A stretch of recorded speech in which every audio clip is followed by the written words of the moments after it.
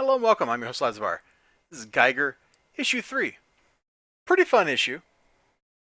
This issue certainly made issue 2 make a whole lot more sense. I'll give it that. And what's going on here on the cover is pretty macabre. Not just because it's a skull. Okay, step back. Look at the cover. It's pretty drab, right? The skull's got a little bit of like a light reflecting off of it kind of effect, a little glare. But really the only eye-catching things are maybe the checkerboard over the top, and then the yellow of the title itself. Everything else is kind of drab.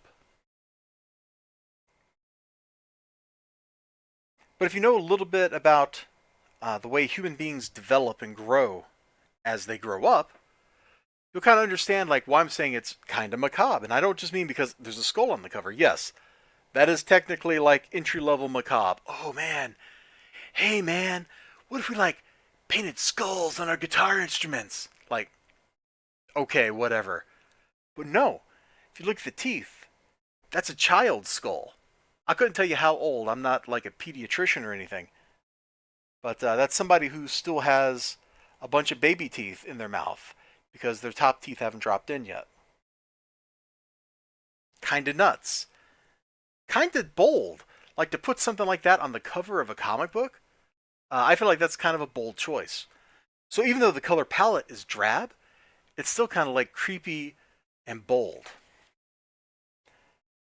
There's a little bit of like flashbacky stuff, like one page of it, like he's getting like an X-ray or whatever. Who cares? I don't.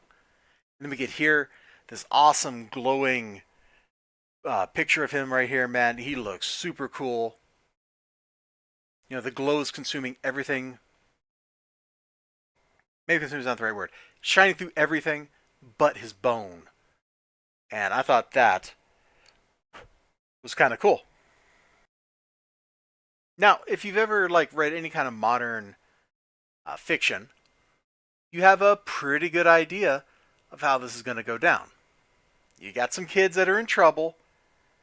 You have a lone wolf adult figure. What do you think is going to happen?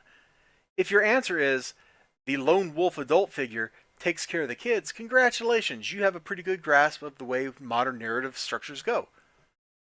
It's kind of like, you bring home a dog. Your dad's like, we don't need a dog. And the next thing you know, your dad and the dog are like building a spaceship in the backyard so that they can go to the moon and see if it's actually made of cheese. And the spaceship is going to be like powered by, the dog like pedaling some wheels or something, That's totally what's going to happen. It hasn't happened yet. It doesn't happen quite in this issue. But you know it's coming. You know that's where this is going to have to go because that's just the way these sorts of things work. So, actually kind of cliche, but this makes the whole second issue introducing these kids and their mom who's trying to get them to safety. It makes all that stuff make sense. It makes that narrative choice make sense because that also brings us to the King's Hunt. So they've totally like ambushed the dude. And from there, the King's like, I'm going to cut off his head. I mean, look at this dude. Look at this dude. This Gary Frank art is great because he really like shows like look these dudes are wearing like armor and stuff with their like containment suits or whatever. Really cool looking. But the king, look at the king. Okay, just stop. Just stop what you're doing. Look at the king. He looks like a pimple that's about to pop. Like look at him, man. Like right here, if you just apply like a little pressure, you just totally go, and it'd be gross and disgusting. Like that's kind of what he makes me think of. Like I don't know why. Probably because he's so annoying. It's great stuff. And this drama here from the King's Hunt is real. It's serious. It's heavy stuff. The conclusion of it feels pretty good. Like it feels like satisfying when it happens.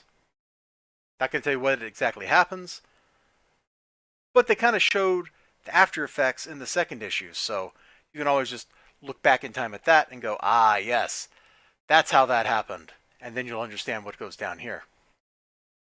Or just read Geiger number 3, and then you don't got to worry about that. This is a lot of fun. The Gary Frank art makes it worth looking at, like regardless of anything else.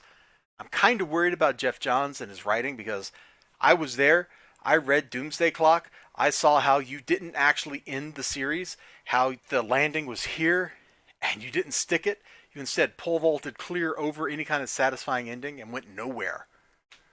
Hopefully Geiger doesn't suffer that problem. I can cross my fingers and hope. Only one way to find out, and that's to keep reading it. So that's what I'm going to do. And so far, I can recommend all 3 issues of this series as being pretty interesting to read and really good looking. Bye-bye.